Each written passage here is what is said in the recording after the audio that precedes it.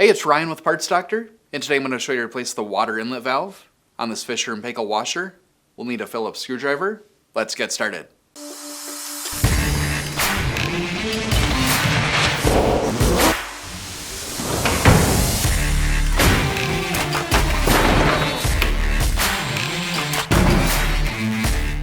If your washing machine is not filling with water, is slow to fill, or filling with water when not in use, you may have a bad or clogged water inlet valve. Inside the water inlet valve are plungers and solenoids that control the water flow into the washing machine, depending on the wash cycle. Each solenoid controls a separate function on the machine. For instance, one controls the bleach dispenser, and one controls the detergent dispenser.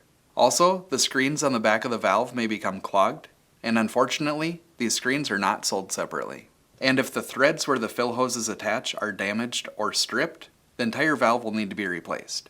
For this repair, disconnect power and the water supply to the washer. First, remove the lid by opening it, grasping on both sides, and pulling in an upward motion. With access to the back of the washing machine, remove these two Phillips screws on the control panel. Then, tilt the cover forward and disconnect the electrical connector by depressing the locking tab and set it aside. Before disconnecting the electrical connectors on the valve, take a photo in case you need to reference it later. Next, disconnect the electrical connectors by depressing the locking tab and sliding them out.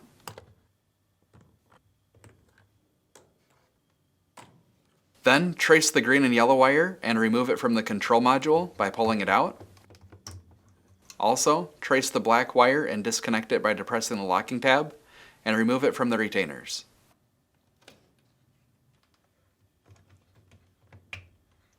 Now, remove the two Phillips screws.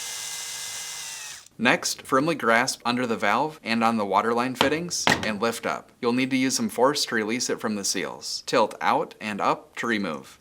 If you have a bad water inlet valve and you need to purchase a new one, you can check out our website, partsdoctor.com. We'll leave a link in the description below. You want to make sure that you're searching with the model number from the tag on your washer to make sure you get the correct part. If there's any excess water sitting in the area below the valve, you'll want to wipe it up, as this area should be dry. Before installing the valve, the spigots must be lubricated with a small amount of petroleum jelly.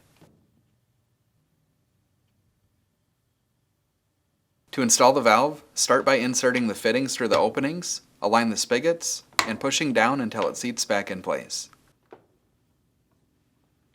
Then, reinstall the two Phillips screws. Next, reconnect the electrical connectors by aligning them and pushing until they snap in place. If needed, reference your photo from earlier.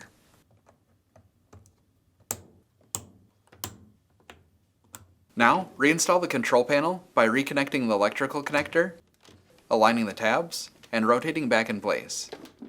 Then, reinstall the two Phillips screws. To install the lid, align the lid with the hinges and firmly press down until it snaps in place.